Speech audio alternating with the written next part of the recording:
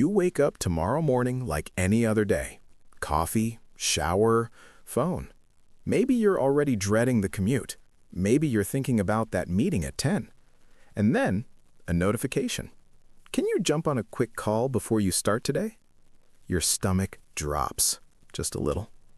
You tell yourself it's nothing. It's not nothing. You dial in, your manager is there. HR is there too. Why is HR there? And before you can even process that thought, we've made the difficult decision to eliminate your role, effective immediately. We'll be sending over the paperwork shortly. That's it. No warning, no second chance. No, we'll give you time to find something.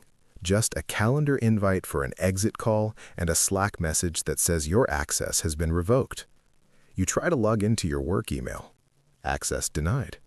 And right there, in that moment, your whole life recalculates.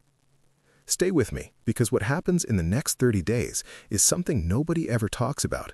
And by the end of this video, you'll understand exactly why millions of people never recover from it.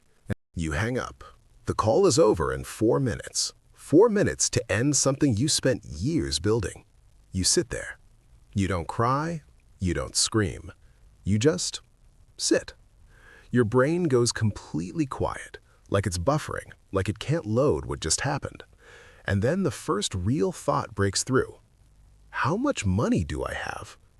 You open your banking app, you scroll past the transactions, the coffee, the groceries, the Netflix charge, the Amazon order you forgot about, and you find the number.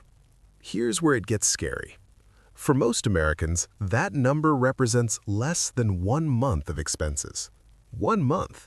That's all that stands between you and not making rent. And the worst part, you already knew it wasn't enough. You just never thought you'd actually need it. Day 1, you're almost calm. You tell yourself this is fine, that this was coming anyway, that maybe it's even a blessing. You update your resume. You make it look sharp. You feel productive. Day 2, you start applying. 10 applications, 20. You spend 6 hours crafting cover letters. You hit send. You wait. Nothing. Not even an auto reply from half of them. Day 3, and then it hits you. You go to LinkedIn, you scroll through your feed. Former colleagues announcing promotions, people celebrating new roles, everyone looking like they have it completely figured out. And you're sitting at your kitchen table in yesterday's clothes, refreshing a Gmail inbox that isn't moving. This is the part nobody prepares for. Not the job loss itself, the silence after it. Because your brain starts connecting dots you don't want to connect, and the picture it draws is terrifying. By day 5, the anxiety is physical. You wake up at 2 a.m., 3 a.m., 4 a.m., not with thoughts, with math. Rent, $1,800. Car payment, $420. Insurance, $310. Credit card minimum, $175. Groceries, gas, utilities. You run the numbers in the dark, over and over, like running them enough times will somehow change the answer. But it gets worse. You realize something you never had to think about before. Your health insurance ends with your last day. Not next month, not after a grace period.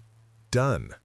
Cobra exists, but it costs 2 to 3 times what you were paying. We're talking $500, $600, maybe $800 a month just to stay insured.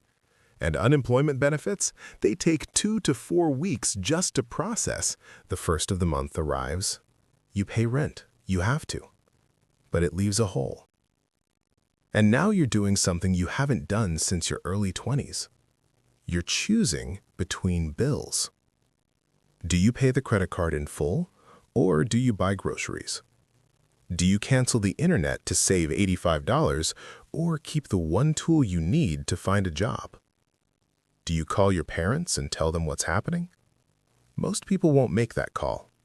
Too much shame, too much pride. So instead, you go quiet. You stop making plans with friends, you dodge the group chat, you cancel dinner because you can't explain why you're suddenly calculating what every single meal costs. You're not lazy. You're not failing. But most people don't realize this. The financial pressure is bad. What it does to your mind is worse. Here's what they never warn you about. Losing your job doesn't just hurt your wallet, it attacks who you are. Because for years, when someone asked, "What do?" you had an answer, a confident, clean answer. Now that question makes you flinch. That silence where your answer used to be hollows you out in a way that's hard to explain. Studies rank job loss among the 5 most traumatic life events a person experiences, right alongside divorce, right alongside losing a loved one. Depression, insomnia, anxiety, a creeping, quiet shame that you don't talk about because nobody else seems to be going through it. And here's where it gets really scary. The longer it goes on, the louder one thought gets. Maybe I'm not good enough. That thought is a lie. But when you're isolated, when you're broke, when you're exhausted from pretending you're fine, it stops feeling like a lie. Let me tell you something they didn't cover in school. The system was not built to protect you. It was built to keep you dependent. No salary, no health insurance. No salary, no stability. No salary, no power. That's not a side effect. That's the design. You were trained to show up, trade your time, collect a check. Spend that check and need the next one to survive. And when the check stops, so does everything else. But most people don't see it until the moment it happens to them, and then it hits you. You were one 4-minute phone call away from financial collapse, the whole time. Now here's what I need you to understand. This video is not about scaring you. It's about something more important than that. The people who survive job loss, who actually come out the other side stronger, they all share one thing. They were ready before the call came, not after, before. And ready doesn't mean rich. It doesn't mean perfect. It means they had a cushion, a plan, skills that belonged to them, not to one employer. And here's the thing. You can build that starting now, before anything happens. First, build the cushion. 3 to 6 months of living expenses in a high-yield savings account. Start with $50 a week if that's all you have. Just start. Because that account isn't just money. It's the seconds between panic and a clear decision. Second, own your skills. Your employer owns your job title. They do not own what you know how to do. Keep learning, keep building. Because a person with in-demand skills is never truly unemployed. They're just between opportunities. Third, create one income stream outside your paycheck. It doesn't need to be big. Freelance work, consulting, something. Even $400 a month buys you time. And in a crisis, time is everything. Fourth, know your number. Right now, today, do you know exactly how much money you need each month to survive? Most people don't. That number should be burned into your brain, and you should be working every day to make sure you can cover it without a boss. Fifth, stay connected before you need people. The people who find new opportunities fastest aren't the ones who message their network in desperation. They're the ones who stayed in touch when they didn't need anything. Be that person today. Right now, somewhere in America, someone is sitting at their desk with no idea. No idea that in 2 weeks, maybe less, that desk won't be theirs anymore. They'll get a calendar invite they didn't ask for, a 4-minute call that changes everything, and they won't be ready. The question was never, will this happen?